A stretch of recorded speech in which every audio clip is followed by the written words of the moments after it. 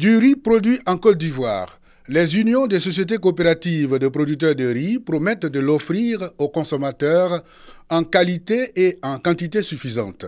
Elles s'engagent à produire 1 million de tonnes en paddy. L'État a fait des barrages ou des superficies sur pompage où nous avons un total de 161 000 hectares. Il y a 37 000 qui sont aménagés où on peut faire de la riziculture sur les 2 cycles. Ça veut dire qu'on peut produire 2 fois dans l'année sur ces terres. L'année dernière, nous avons pu aider à mettre sur le marché plus d'1 millier de tonnes de semences. Notre ambition cette année, c'est de mettre sur le marché 2000 tonnes de semences de 4 variétés. Pour relever ce défi, la Fédération de ces unions décide d'élargir la chaîne des valeurs de la filière riz aux opérateurs de téléphonie mobile, aux banquiers et aux équipementiers. Les SMS seront transmis régulièrement aux producteurs pour qu'ils sachent les conduites à tenir en fonction peut-être de la pluviométrie ou en fonction peut-être de la récolte à venir. Il y a également les acteurs indirects. Et ces acteurs indirects, ce sont donc les banques. Au-delà des équipementiers qui, eux, n'étaient pas directement impliqués, aujourd'hui nous voulons donc les impliquer. Nous nous rendons sur place, nous faisons un premier constat par rapport au sol. On va proposer une étude de matériel adapté à la mécanisation agricole. Les travaux de Yamoussoukro ont permis aux producteurs de riz d'échanger avec les nouveaux opérateurs de la filière. Des échanges en vue de nouer des partenariats gagnant-gagnant.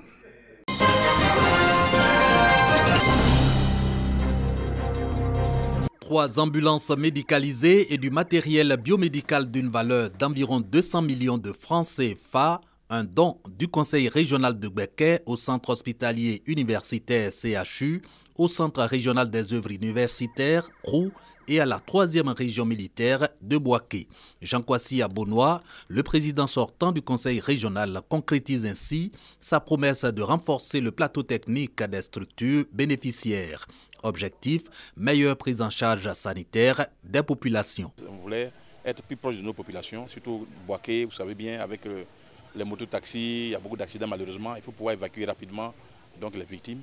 Et nous sommes heureux de faire ces gestes aujourd'hui pour toute la région de Bouaké. Recevant ce don, les bénéficiaires promettent d'en faire bon usage. Cette ambulance permettra la prise en charge efficace des cas d'urgence pour une évacuation dans les meilleures conditions. Un lot de matériel très important qui va nous permettre de rehausser notre plateau technique, a également améliorer la qualité de soins que nous donnons déjà à nos malades.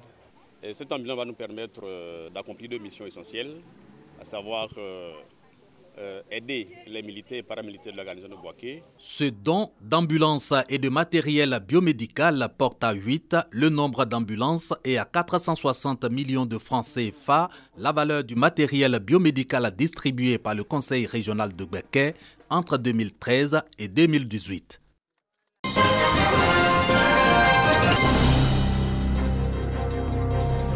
Kouloleka, village dans le département de Silimatiali, Yeo Karidiatou achète la production de riz et de maïs de ses sœurs pour la revendre. Le prêt que j'ai reçu m'a fait retrouver la joie dans la maison avec mon mari. Nous vivons bien et on arrive à subvenir aux besoins des enfants. À Tondeka, toujours dans la région du Poro, Soro Yeteneyete Potier voit son activité prospérer grâce au soutien d'une ONG internationale. Depuis que nous avons reçu la présence de CARE chez nous ici, j'ai augmenté la quantité de mes canaries que j'ai fait. Dans la région du Poro, elles sont plus de 300 femmes rurales à bénéficier du soutien technique et financier de CARE international. Bref, un accompagnement pour la création d'entreprises féminines en zone rurale. Nous avons à ce jour monté 21 plans d'affaires que nous avons pu financer autour de 70 millions de francs CFA. Et donc nous voulons poursuivre cela en essayant de pouvoir obtenir une large assiette auprès des structures financières pour s'engager à pouvoir financer beaucoup plus de femmes. Déjà, plus de 35 millions de francs CFA distribués à ces femmes pour le financement des entreprises rurales. L'entrepreneuriat féminin, une alternative de cette organisation non gouvernementale pour faire reculer les limites de la pauvreté en milieu rural. Quand la femme n'a rien, elle n'est pas écoutée. Mais aujourd'hui qu'elles ont un peu, les maris savent que les femmes sont un peu autonomes, elles peuvent les aider et ils les respectent. Avant le décaissement des 35 autres millions de francs CFA restants, Ces femmes ont été visitées par des femmes modèles et une délégation de Care International. Dans toutes choses, il y a toujours des difficultés, mais de ne pas avoir peur des difficultés. Parce que quand tu dis que j'ai des difficultés, que tu te décourages, tu ne peux jamais avancer. On voit qu'elles s'engagent à pouvoir améliorer leur cadre de vie. Et on remarque qu'au fur et à mesure, ces femmes-là sont en train d'acquérir des biens qui leur permettent de pouvoir véritablement être autonomes et d'avoir un cadre de vie qui soit vraiment, j'allais dire, bien. À Korogo, une journée de plaidoyer pour attirer l'attention des autorités administratives, politiques et coutumières sur la question foncière. Seulement 7% des femmes bénéficiaires de ce projet ont un accès facile aux terres.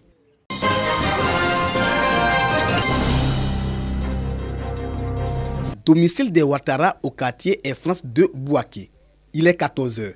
Ces enfants devant la télévision regardent un dessin animé. Quand je reviens de l'école, après mes devoirs, je regarde la télé. Comme dans les dessins animés, dans les documentaires jeux, journaux télévisés, les enfants trouvent pour leur compte. J'aime regarder les dessins animés et les jeux. Au total, la télévision se positionne de plus en plus comme un moyen d'éducation pour de nombreuses familles.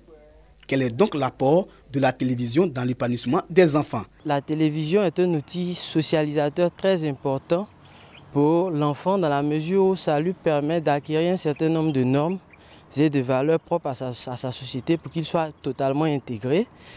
Et la télévision permet également de donner une culture générale à l'enfant. La télévision peut devenir néfaste parce que chaque programme est orienté vers une cible précise. Alors là, si on laisse un enfant à 23 h en train de regarder la télé, il est fort probable qu'il tombe sur des programmes qui ne lui sont pas destinés. Et bien sûr, ça peut créer des problèmes d'ordre psychologique. Tous les programmes ne sont pas conseillés aux enfants. Chez les Ouattara, on y veille. Lorsque devant certains programmes, on met moins de 10 ans ou 12 ans, donc j'y veille. Ceux qui n'ont pas l'âge ne peuvent pas regarder. Ou bien lorsque tout le monde est devant l'écran, on suit plus les programmes des tout-petits. Les jours ouvrables, au plus tard 18 h 30, il n'y a plus de télé. La télévision, moyen d'éducation, mais mal utilisée, elle devient un outil de pervertissement. Chaque parent doit donc veiller au suivi des programmes de télévision pour en tirer le meilleur profit pour ses enfants.